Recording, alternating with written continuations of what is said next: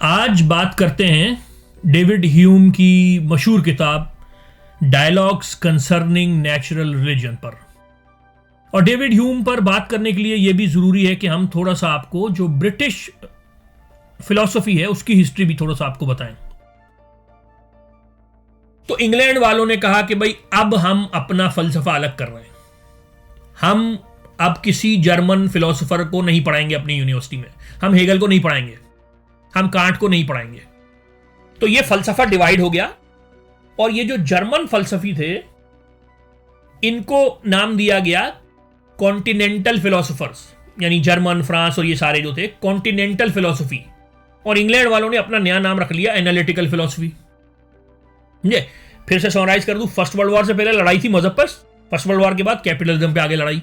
इन्होंने इंग्लैंड वालों ने अपना फलसफा अलग कर लिया, जर्मनी वालों ने अपना फलसफा अलग कर लिया। जर्मनी के फलसफे को, फ्रांस के फलसफे को कॉन्टिनेंटल फिलोसफी, जो कॉन्टिनेंट है यूरोप का, कॉन्टिनेंटल फिलोसफी, और इंग्लैंड और अमेरिका वालों ने अपना फलसफा अलग कर लिया, उसका नाम रखा एनालिटिकल फिलोसफी। अब एनालिटिकल फिलोसफी तो अलग कर ली इन लोगों ने, इंग्लैंड वालों ने। तो अब मसला यह हुआ कि अब हम पढ़ाएंगे क्या? मतलब फलसफा तो अलग कर लिया, चलो ठीक है, ये हम अपने बच्चों को कांट नहीं पढ़ाएंगे, हेगल नहीं पढ़ाएंगे, भाई एपिस्टेमोलॉजी नहीं पढ़ाएंगे। भाई मैंने आपको, अगर आप मेरी पिछली वीडियोस देखी हैं, फलसफा किया ही जर्मन ने, आप जर्मन्स को नहीं पढ़ाओगे तो क्या पढ़ोगे? भाई आप फिनोमिनोलॉजी नहीं पढ़ाओगे, एपिस्टेमोलॉजी कांट है, फिनोमिनोलॉजी हसरल है, हेगल है, मेटाफिजिक्स ये सारे जर्मन्स हैं, मेटाफिजिक्स कांट है, तो फिर क्या पढ़ाओगे? तो ये जो इंग्लैंड वाले थे इन्होंने कहा हम अपने बच्चों को मैथ्स का फलसफा पढ़ाएंगे, फिलॉसफी ऑफ मैथमेटिक्स।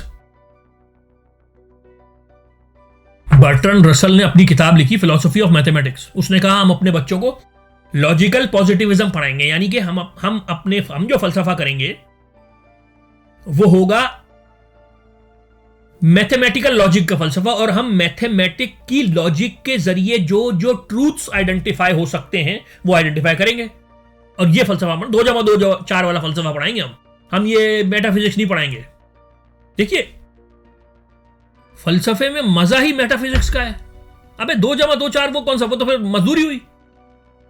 ठीक है, आप बैठ के सोच रहे हैं कि यार फ्रेडरिक नीचा ने जो अपना फ्रेडरिक नीचा के 3-4 मेटाफिजिकल कॉन्सेप्ट है ना, उबरमैन का क्या मतलब है यार? उबरमैन पे सोच रहे हैं आप, ये उसका मेटाफिजिकल तस्वुर है ना, उसका जो तस्वुर है इटर्नल रिकरेंस का, उसके बारे में सोच रहे हैं आप। उसका जो तस्वुर है फ्रेडरिक नीचे का मेटाफिजिकल तस्वुर, विल टू पावर, उसके बारे में बस फलसफे में मजा ही मेटाफिजिक्स का है। आप मेटाफिजिक्स निकाल दोगे, फिनोमिनोलॉजी, एपिस्टेमोलॉजी, आप मैथ्स पढ़ाओगे, यानी कि लॉजिकल पॉजिटिविज्म। खैर उन्होंने कहा ठीक है भाई हम लॉजिकल, तो ये फलसफा अलग हो गया कॉन्टिनेंटल फिलोसफी, ये फलसफा अलग हो गया एनालिटिकल फिलोसफी। अमेरिका और इंग्लैंड इन्होंने कहा नहीं भाई, इन्होंने सारा इल्जाम कैपिटलिज्म पर डाल दिया, हम जर्मन्स को नहीं पढ़ाएंगे, हम अपना एनालिटिकल फिलोसफी अलग करेंगे, लॉजिकल पॉजिटिविज्म करेंगे। अब लॉजिकल पॉजिटिविज्म में हुआ क्या कि एक बहुत बड़ा लॉजिशियन आया, बहुत बड़ा लॉजिशियन, यार क्या जीनियस आदमी था यार। पता नहीं पाकिस्तान में ऐसे जीनियस क्यों नहीं पैदा होते। हाँ इंडिया में हुआ था वो 1/-12 रामानुजन, इंडिया में हुआ था वो बेचारा आजकल के दौर में पैदा होता ना, वो बहुत काम भी कर सकता था, इंडिया को भी फायदा होता, दुनिया को भी फायदा होता। गलत टाइम पैदा हो गया बेचारा, लेकिन क्या जीनियस आदमी था यार।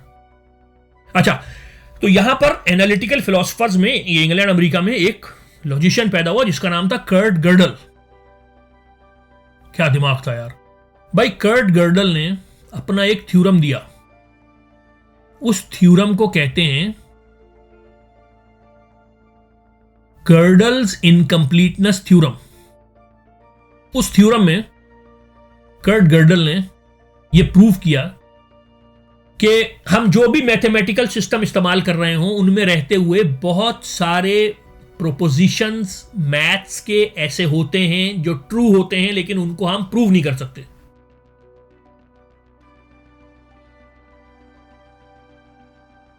समझ में आया? मैंने आपसे कहा यूरोपियंस ने और इंग्लैंड वालों ने अपना फलसफा अलग कर लिया। इंग्लैंड और अमेरिका वालों ने कहा हम लॉजिकल पॉजिटिविज्म करेंगे और हम मैथमेटिकल ट्रूथ्स आइडेंटिफाई करेंगे। लेकिन वहां पर एक लॉजिशियन ऐसा पैदा हुआ जिसने कहा मैथ्स में बहुत सारी प्रोपोजिशंस ऐसी होती हैं जो ट्रू होती हैं लेकिन हम उनको प्रूव नहीं कर सकते।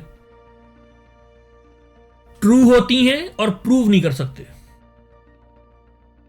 ये बहुत बड़ा ब्रेक थ्रू था मैथमेटिकल लॉजिक में, मैथ्स में। प्रोपोजिशन ट्रू है लेकिन आप प्रूव नहीं कर सकते। एक फलसफे की एक बात बता दूं आपको, ये अब जो बात करूंगा ना ये फलसफे की बात है। ट्रूथ जो है ना, देखिए मुझे नहीं पता आप क्या मानते हैं। बहुत सारे लोग होते हैं जो कहते हैं कि ट्रूथ ऑब्जेक्टिव नहीं है, बहुत सारे लोग होते हैं वो कहते हैं ट्रूथ ऑब्जेक्टिव है। तो मुझे नहीं पता कि आपका क्या मानना है। आप ट्रूथ को ऑब्जेक्टिव मानते हैं या ऑब्जेक्टिव नहीं मानते। यानी मैं ट्रूथ को ऑब्जेक्टिव नहीं मानता, मैं समझता हूं एवरीथिंग इज अ पर्सपेक्टिव। जैसे वो फ्रेडरिक नीचे ने कहा था ना कि भाई एक आपकी राय है एक मेरी राय है, या एक आपका रास्ता है एक मेरा रास्ता है, सीधा रास्ता कोई नहीं है। नहीं, एवरीथिंग इज अ पर्सपेक्टिव। बल्कि जब वो अपने सिस्टम पर आ गया था विल टू पावर, उस पर तो उसने कहा था कि truth is a function of power.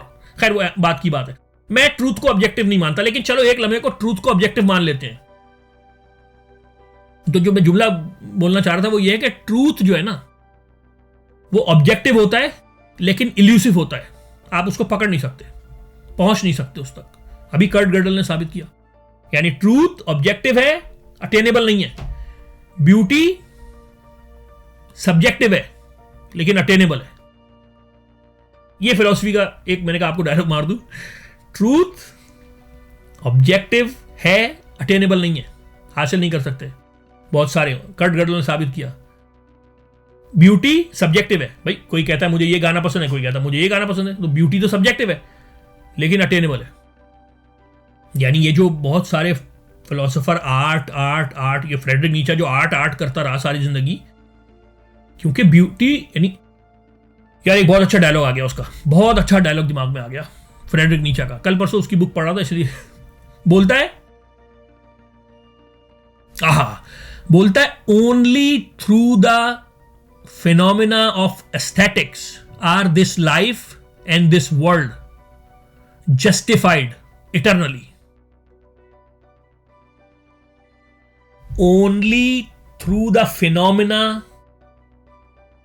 of aesthetics are this world and life justified eternally.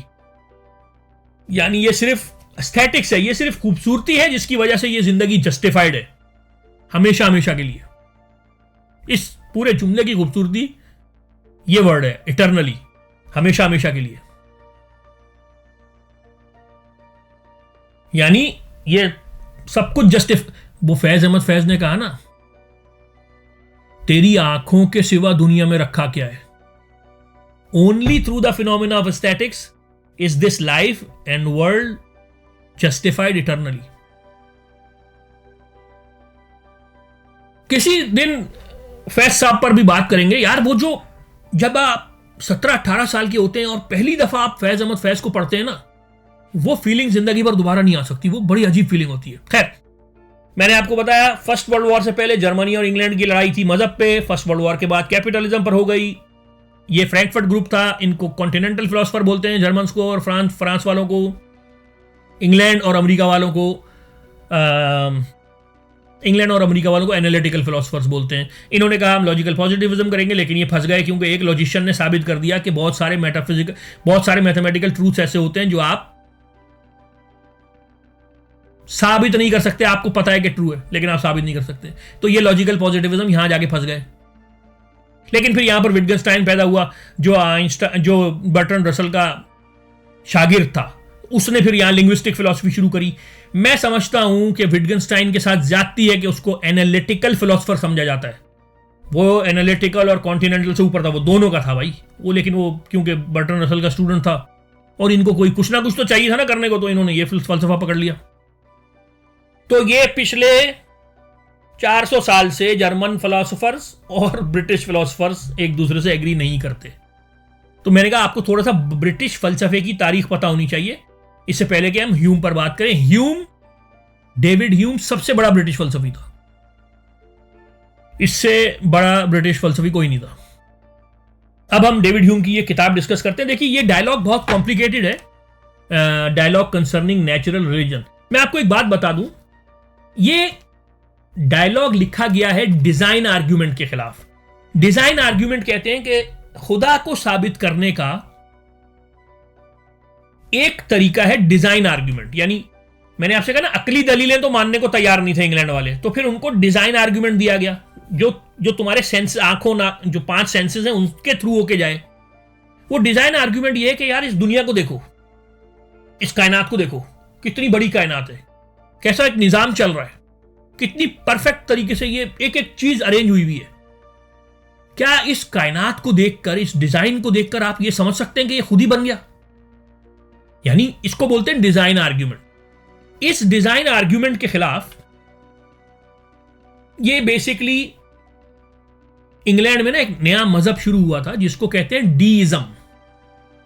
डीइज्म कहते हैं कि यार अच्छा चलो ठीक है, आप बाइबल को ना मानो, चलो बाइबल गलत है, चलो आप मोज़ों को नहीं मानो, चलो आप कहो कि ये गलत है, वो आप ईसाइयत को ना मानो, आप ईसाइयत को ना मानो, चलो ना मानो, हमारे खुदा को ना मानो, लेकिन फिर भी कोई तो खुदा था। तो इस डायलॉग में, ये जो ह्यूम ने लिखा है डायलॉग्स कंसर्निंग नेचुरल रिलीजन, इस डायलॉग में ह्यूम ने इसका जवाब देने की कोशिश करी है। और ये डायलॉग की सूरत में इसलिए लिखा है कि एक मौलवी बिठा दिया, एक स्केप्टिक बिठा दिया और एक ये बंदा बिठा दिया जो इसके खिलाफ बातें करेगा, ताकि पढ़ने वाला ये ना कह सके कि इन तीनों में से डेविड ह्यूम कौन सा है, ताकि आप पकड़ाई ना हो सके ना। उस जमाने में बड़ी पकड़ाइयां हुआ करती थी। तो इसमें डेविड ह्यूम ने 5-6 मोटी मोटी दलीलें दी हैं कि ये डिजाइन आर्ग्यूमेंट को सही आर्ग्यूमेंट नहीं है। यानी वो जो कहते हैं ना कि ये कायनात है तो इसका कोई बनाने वाला होगा, जैसे वो घड़ी के बारे में कहते हैं कि भाई ये घड़ी है तो इसका कोई बनाने वाला होगा। तो डेविड ह्यूम ने कहा कि देखिए, पहली बात तो ये है कि आप ऐसा इसलिए कहते हैं क्योंकि आपने ऐसा बहुत दफा होते हुए देखा है। यानी जब आप घड़ी देखते हैं तो आपको पता होता है कि इसका कोई बनाने वाला है, ऐसा आपने 1000 दफा देखा है। जब आप ऐसे करके पत्थर छोड़ते हैं तो नीचे जाता है, तो आपने 1000 दफा नीचे जाते हुए देखा है, इसलिए अब जब मैं पत्थर उठाऊंगा तो आप कहेंगे कि नीचे जाएगा, क्योंकि आपने ऐसा 1000 दफा होते हुए देखा है। ये जो कॉज एंड इफेक्ट की रिलेशनशिप, ये जो कोरिलेशन आपने डेवलप की है, ये क्योंकि आपने एक्सपीरियंस करी है, इसलिए इन्फर करी है। तो डेविड ह्यूम ने कहा कायनात तो हमने कभी बनते हुए देखी नहीं है भाई, ये चीज तो हमने कभी होते हुए देखी नहीं है, तो ये कैसे आप इन्फर कर रहे हैं? यानी एक कॉजेलिटी आप ऑब्जर्व करके इन्फर करते हैं ना, ये तो आपने देखी। कायनात तो एक यूनिक चीज है। पहली बात तो ये, उसने कहा ये एनालॉजी जो आप यूज कर रहे हो ना कि घड़ी है तो कोई बनाने वाला होगा, तो इस कायनात को कोई बनाने वाला होगा, घड़ी आपने देखी है बनते हुए, कायनात आपने बनते हुए देखी नहीं है। ये एनालॉजी जो है, ये तशबीह जो है, ये ठीक नहीं है, ये मैच नहीं करती, ये शायद इस्तेमाल नहीं हो सकती। फिर उसने कहा कि हमने तो ये कायनात पूरी देखी भी नहीं है। दूसरा पॉइंट उसने ये दिया कि भाई घड़ी तो हमने पूरी देखी है ना, तो हम उसके बारे में एक राय कायम कर सकते हैं। कायनात तो हमने पूरी देखी भी नहीं है, हमने तो अभी पूरी एक्सप्लोर भी नहीं करी, तो उसके बारे में, एक चीज जो पूरी देखी नहीं है उसके बारे में आप राय कायम कर रहे हैं। यानी आप अगर इंसान के जिस्म के एक बाल देखें और आपने कुछ नहीं देखा, सिर्फ एक बाल देखा है, तो क्या आप पूरा इंसान सोच सकते हैं? नहीं सोच सकते। उसके बाद उसने कहा कि घड़ी जो है, तीसरा पॉइंट उसने ये दिया कि घड़ी ट्रायल एंड एरर के बाद बनती है। भाई पहली दफा ये बना, दूसरी दफा ये बना, तीसरी दफा ये बना, बस सालों का ट्रायल एरर, कभी गलत हो गया, कभी सही हो गया। तो उसने कहा हमें क्या पता कि ये कायनात एक गलत पीस हो। भाई आप किसी फैक्ट्री में काम करें तो उसमें गलत पीस भी तो निकल आते हैं ना चीजों के। उसने कहा हो सकता है ये गलत पीस हो, ये सही पीस ना हो। ये कायनात और हरिकेन आ रहे हैं, कहीं पे वॉल्केनो आ रहे हैं, कहीं पे सुनामी आ रहे हैं, तो क्या पता ये ट्रायल पीस हो। चौथी पॉइंट उसने ये दिया कि जब हम घड़ी देखते हैं और ये अज्यूम करते हैं कि इसका कोई बनाने वाला है, तो हमें क्या पता वो बनाने वाला अच्छा आदमी है कि बुरा आदमी है? हमें क्या पता उसकी क्या मोरालिटी है, उसने कितने जाके लोगों को कत्ल किया हुआ है, क्या चोरी करता है, डाके डाल। हम कैसे अज्यूम कर सकते हैं कि अगर ये कायनात है, इसका कोई बनाने वाला खुदा है, तो वो परफेक्ट है? ये हम कैसे कर सकते हैं? पांचवा पॉइंट उसने ये दिया कि अगर ये घड़ी है तो हम ये क्यों अज्यूम कर रहे हैं कि इसका बनाने वाला एक है? भाई असली में जो घड़ी होती है उसके बनाने वाले 1000 लोग काम करते हैं तो घड़ी बनती है। कोई मेटल एक्सट्रैक्ट करता है, कोई सामान लेके आता है, कोई ट्रांसपोर्ट करता है, कोई पता नहीं फैक्ट्री में कितने लोग होते हैं। तो आप ये क्यों अज्यूम कर रहे हो कि एक इस कायनात का बनाने वाला एक है? मतलब ये दलील कहां से आप प्रूव करने की कोशिश कर रहे हैं? छठी दलील उसने ये दी कि ये कायनात जो है ये फाइनाइट है। देखिए उस जमाने तक तो कायनात को फाइनाइट समझते थे, अभी भी पता नहीं, कायनात तो शायद फाइनाइट ही है। तो ये कायनात फाइनाइट है, आप ये कैसे कह रहे हैं कि इसका बनाने वाला इनफाइनाइट होगा? मतलब इसका क्या, ये कहां से आ गया दिमाग में, इसका क्या दलील है?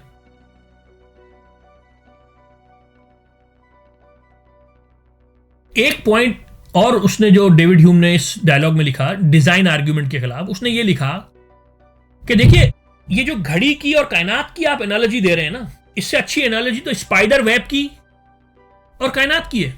जानवर में दिमाग नहीं होता, जानवर परफेक्ट नहीं होता, इंटेलिजेंट नहीं होता, वो अपने इंस्टिंक्ट से अपना जाल बुनता है और कितना परफेक्ट बुनता है। देखिए डेविड ह्यूम ये किताब लिख रहा था डार्विन से 100 साल पहले। इस वक्त तक एवोल्यूशन उस तरह से दुनिया में उसका तस्वुर नहीं था। तो बेसिकली ह्यूम ये कह रहा है कि ये इवॉल्व भी तो हो सकता है। जैसे वेजिटेशन है भाई, दरख्त खुद ही जंगलों में उगते हैं, बड़े हो जाते हैं, इन्वायरमेंट से खाते पीते मर जाते हैं। वेजिटेशन, उसने कहा वेजिटेशन एक अच्छी एनालॉजी है, एक अच्छी एनालॉजी है, यानी कि कंपेयर टू घड़ी। घड़ी तो एक मशीन है, मैन मेड है। वेजिटेशन खुद ही हो रही है, खुद ही हो रही है, खुद ही, जैसे जानवर अपना खुद ही बना रहे हैं, मर खत्म हो रहा है। ये से अच्छी एक एनालॉजी है। उसके बाद उसने 8वां पॉइंट जो दिया, उसने वो ये दिया कि ये आप क्यों अज्यूम कर रहे हो कि ये कायनात परफेक्ट है? तो उसमें फिर वो प्रॉब्लम ऑफ ईवल आ जाता है कि कहीं कोई मर रहा है, कहीं कोई जुल्म हो रहा है, कहीं हरिकेन आ रहा है, कहीं सुनामी आ रहा है, कहीं ये आ रहा है। हमारे पेट में जो अपेंडिक्स है एक तरीके का टाइम बॉम्ब है भाई, पता नहीं कब फट जाए। तो कहने का मतलब ये है कि डेविड ह्यूम ने डिजाइन आर्ग्यूमेंट के खिलाफ 8-9 दलीलें दी और इन दलीलों को एक्सेप्ट किया जाता है। यानी फिलॉसफी की दुनिया में इनको एक्सेप्ट किया जाता है। थियोलॉजी की दुनिया में मौलवी जवाबात लिखते रहते हैं, लेकिन फिलॉसफी की दुनिया में इनको एक्सेप्ट किया जाता है। कांट ने भी इनका जवाब लिखा। डेविड ह्यूम ने जो अपनी ट्रीटीज लिखी थी ना ह्यूमन नेचर पे, कांट ने इस किताब की बात नहीं कर रहा हूं, इससे पहले जो उसने अपनी मेन किताब लिखी थी डेविड ह्यूम ने, ट्रीटीज। इमैनुअल कांट जो जर्मन था, मैंने आपको ना जर्मन और इंग्लैंड का फटा चल रहा है। कांट, ह्यूम ने वो इंग्लैंड वाले ह्यूम ने वो किताब लिखी ट्रीटीज ऑन ह्यूमन नेचर। उसका कांट ने, जर्मनी वाले कांट ने कहा कि मैंने 11 साल वो किताब पढ़ी है और फिर उसका जवाब लिखा। तो ये इंग्लैंड और जर्मनी और इंग्लैंड का पुराना लड़ाई है जो आज भी चल रही है। इंग्लैंड वालों ने अब वो बैटन पकड़ा दी है अमेरिका वालों को। तो ये रैशनलिस्ट फिलोसोफर्स जो अकल पसंद है और ये एम्पिरिकल फिलोसोफर्स जो तजुर्बा पसंद है, ये लड़ाई आज भी जारी है। यहां के मशहूर यानी जो अकल पसंद फलसफी थे, डेकार्ड, स्पिनोजा, लाइबनिज वगैरह, कांट वगैरह, हेगल वगैरह, ये थे, इन्होंने बहुत काम किया। इनको कॉन्टिनेंटल फिलोसोफर्स बोलते हैं। इंग्लैंड और अमेरिका के जो फिलोसोफर्स थे जो पहले एम्पिरिसिस्ट कहलाते थे, अब प्रैग्मेटिस्ट कहलाते हैं। यहां पे David Hume, John Locke, Thomas Hobbes और ये इन लोगों ने बहुत काम किया। तो मैंने कहा आपको जरा ये एक फलसफी की जो बहुत पुरानी लड़ाई है ये बता दूं।